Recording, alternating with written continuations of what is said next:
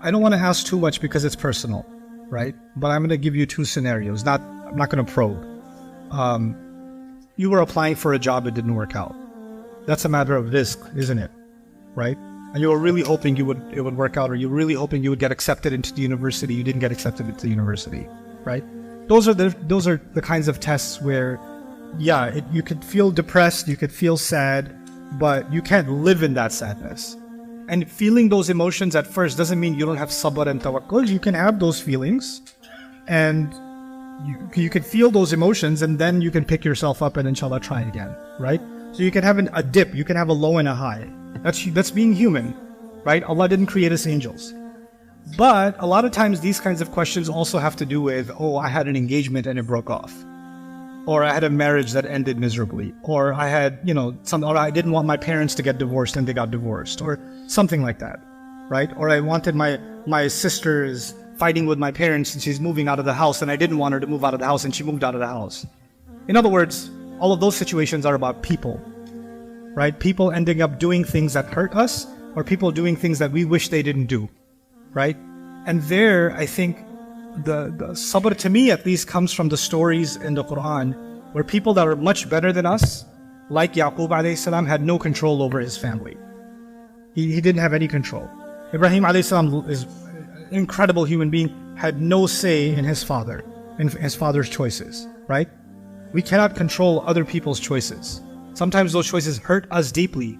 And those people that were much better than us, they were hurt very deeply. Being kicked out of your house is not an easy thing.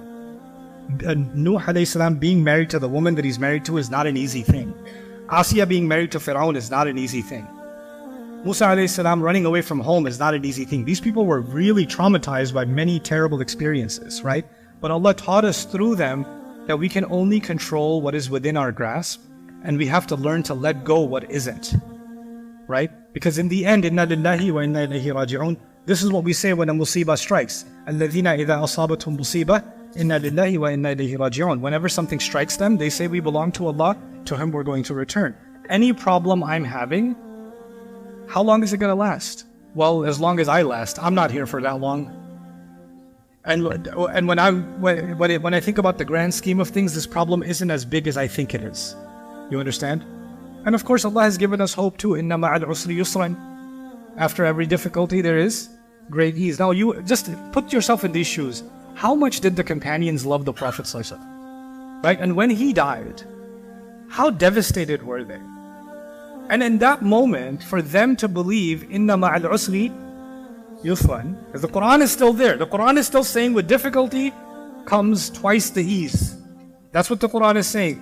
And they were devastated, they were in tears, they were broken, but their faith allowed them to heal from that and move forward.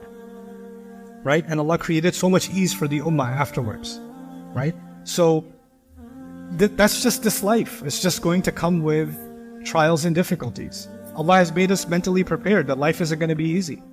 He said it many, many times. And we all have trials. Don't believe somebody else has an easy life because they have an easy life on Instagram or on TikTok, right? Or somebody just, those influencers say, I'm going to talk to you about the blessings of Allah subhanahu. That doesn't mean they are just showering in blessings every morning and they have no issues. The moment the recorder goes off, what is that? You know? So we unfortunately, sometimes we run after things that are not as real. They're actually fake. But we believe them to be real. Because somebody else has them, so that they must not have any issues. They must not have any challenges. You have things that are causing you hurt. The person next to you has things that are causing them hurt. I have things that are causing me hurt. Everyone has them. Everyone has to deal with their own pain. And so Allah tests people differently. But the problem is we don't see the other person's trial, or we don't see that their trial is exactly the same as ours, so we start saying, how come Allah is not testing them, He's only testing me? Or how come I couldn't have it easy like they have it easy? You don't know if they have it easy or not. You don't know how, you don't know that, right? So these things give us a little bit of comfort that whatever trial Allah has picked for me, whatever loss Allah has picked for me, whatever experience Allah has picked for me, is something I'm supposed to learn from.